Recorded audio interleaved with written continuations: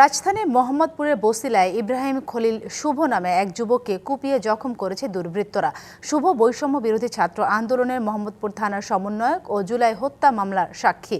রবিবার রাতে বছিলা এলাকার একটি চায়ের দোকানে বসে থাকা অবস্থায় কয়েকজন তাকে এলোপাথাড়ি কুপিয়ে জখম করে। পরে স্থানীয়রা উদ্ধার করে পঙ্গু হাসপাতালে নেয়, সেখানে তাকে চিকিৎসা দেওয়া হচ্ছে।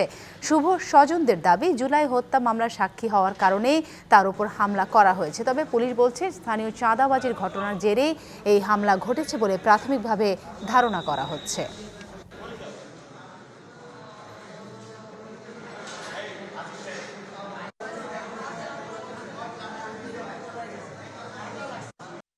নির্বাচনের পরে এখানে একটা ছোট জায়গা আছে, যে ওই জায়গাটা দখলে নিতে পারলে এই এলাকায় ছোটোখাটো দোকানপাট বসে ওইগুলোকে নিয়ন্ত্রণ করা যায়।